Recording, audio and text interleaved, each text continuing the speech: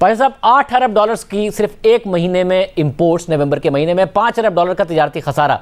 जब ये 6 अरब डॉलर पर गई थी तब भी हुकूमत कह रही थी कि कुछ वन टाइम इंपोर्ट्स हैं, ये नंबर नीचे आ जाएगा, मगर नंबर नीचे आने के बजाय 6 अरब डॉलर अब 8 अरब डॉलर पर चला गया। कि तवक्को की जाए कि ये वन टाइम है, नीचे आ जाएगा, या आपके ख्याल में मामला बहुत खतरनाक नजर आ रहा है? बिस्मिल्लाहिर्रहमानिर्रहीम। मुझे अफसोस से कहना पड़ता है कि ये बहुत ज्यादा खतरनाक है। ये सोचना है कि देखिए, कोविड जब बहुत पीक पे था तो हमारे दरामदाद सिर्फ 3.5 अरब डॉलर पे रह गए थे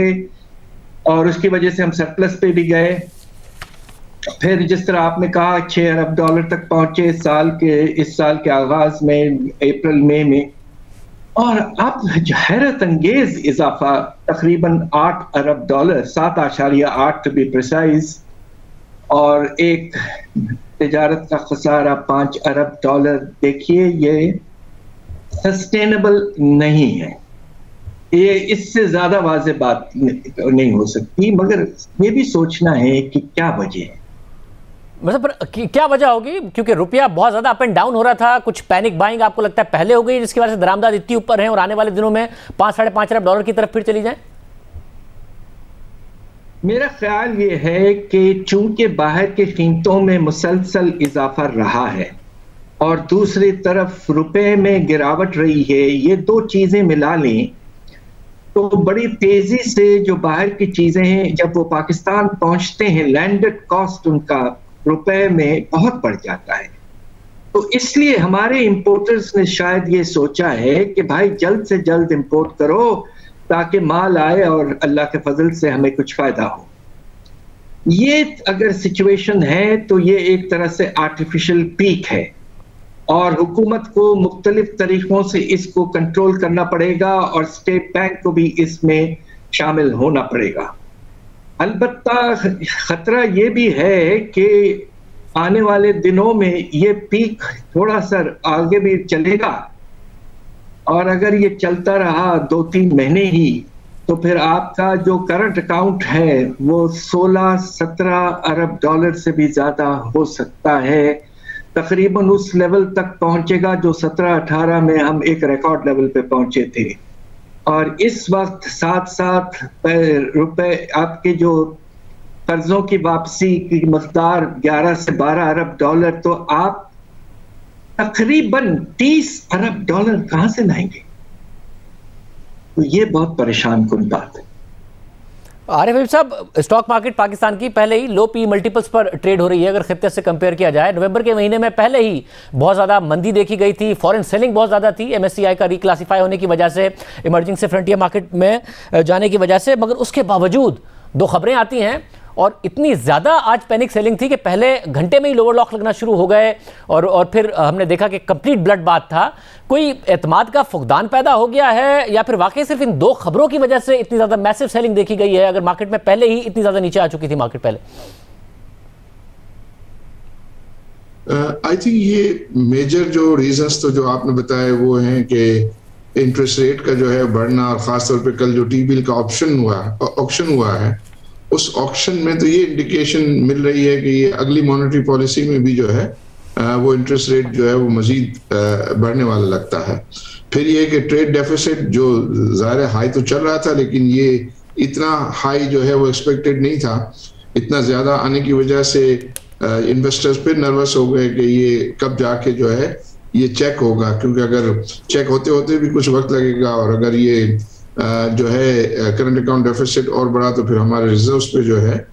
वो उसका बहुत नेगेटिव जो है वो असर आएगा। फिर ये जो हमारा बैलेंसिंग थी फॉरेन इन्वेस्टर्स की, MSCI की, उसमें जो है वो सब्सटेंशियल सेल आई। पूरे इस महीने के अंदर जो है वो कोई $141 मिलियन की जो है वो फॉरेन सेल आई है, जबकि पूरे इस टू डेट फाइनेंशियल ईयर में जो 257 मिलियन डॉलर की थी। तो लोगों ने ये समझ के 2 दिन पहले जो है वो खरीद लिया कि अब ये आखिरी है, आप इसको खरीद लें। और कई एक जो शॉर्ट टर्म इन्वेस्टर्स है उन्होंने भी खरीद लिया कि आखिरी है तो मार्केट अगले दिनों में बढ़ेगी। लेकिन ये बुरी खबरें आने की वजह से वो लोग पैनिक की हुए और उनकी फिर मार्जिन कॉल्स और वो पैनिक सेलिंग जो है उसने इतना बड़ा जो है वो डेंट डाला है। तो आरिफ हबीब साहब, इस वक्त ज़्यादा बड़ा कंसर्न क्या है कि शरह सूद स्टेट बैंक ने दावे जो भी किए हों कहीं बहुत ज़्यादा डबल डिजिट में ना चली जाए, या फिर करंट अकाउंट खसारा बिल्कुल आपे से बाहर ना हो जाए जिसकी वजह से मुआशी तरक्की बुरी तरह मुतासर ना हो जाए? क्या मेजर कंसर्न है इस वक्त? अच्छा, ये दोनों को रिलेटेड है, क्योंकि अगर ये करंट अकाउंट डेफिसिट का इतना बढ़ जाने की भी एक वजह है कि जिसकी वजह से इंटरेस्ट रेट को जो है वो हाई करना पड़ रहा है, फिर इन्फ्लेशन जो है कि नंबर्स भी जो है वो हाई आए, तो और वो लगता ऐसा है कि अगले 1-2 महीने जो है, बल्कि ये ऐसा नजर आता है कि ये जनवरी तक पीक करेंगे इन्फ्लेशन के नंबर, तो वो सब ये सजेस्ट करते हैं कि कहीं और मजीद इंटरेस्ट रेट ना बढ़े। जब इंटरेस्ट रेट ज़ाहिर बढ़ते हैं तो फिर इक्विटी वैल्यू जो है वो री रेट होती है डाउनवर्ड लेवल पे, तो उसकी वजह से भी जो है वो इन्वेस्टर्स ये समझते हैं कि कुछ थोड़ा सा हम वेट कर लेंगे तो मुमकिन है कि और अच्छी बार्गेन्स जो है वो मिल जाए। हालांकि ये जो इंटरेस्ट रेट का बढ़ना जो है वो बहुत सारे हमारे सेक्टर्स को कोई ज़्यादा नेगेटिवली इम्पैक्ट नहीं करता, जो बड़े सेक्टर है, मतलब बैंक्स को तो जो है वो बेनिफिट करता है इंटरेस्ट रेट का बढ़ना, ईएनपी को कोई असर नहीं करता, टेक्सटाइल को कोई असर नहीं करता, इस तरह आईटी को कोई जो है इसके ऊपर जो है इसका असर नहीं है, सिवाय ये कि कुछ थोड़ी से ये जो सेक्टर लाइक सीमेंट वगैरह हैं या स्टील हैं उनको जो है वो ये जरूर अफेक्ट करता है, लेकिन जो बड़े सेक्टर्स हैं उनको असर नहीं। लेकिन मार्केट में जो है वो इस इंटरेस्ट रेट और करंट अकाउंट डेफिसिट की जो घबराहट है जिसकी वजह से जो है ये हमने इतनी शार्प सेलिंग मार्केट में देखी। भाई साहब, आपको कोई प्लान इस वक्त हुकूमत का नजर आता है? क्योंकि मार्केट में जाहिर है एक जो कॉन्फिडेंस है उसका फुकदान है, वुज़रा बात करते हैं, स्टेट बैंक की तरफ से भी मुतादिद स्टेटमेंट्स आए, मगर उसके बावजूद अब कॉन्फिडेंस लैक कर रही है। आपको लगता है एक फैक्टर आ गया है ये कि एतमाद नहीं है इस वक्त हुकूमत जो भी ऐलानात करती है जिसकी वजह से इस वक्त मुतासिर हो रही है एक्टिविटी? इसकी बहुत बड़ी वजह यह है कि जब ये मार्च में हमारा एग्रीमेंट साइन हुआ था, जैसे लेटर ऑफ इंटेंट कहते हैं आईएमएफ के साथ, तो उस वक्त की इकोनॉमिक टीम जो आज के गवर्नर और उस वक्त के फाइनेंस मिनिस्टर जो थे, उन्होंने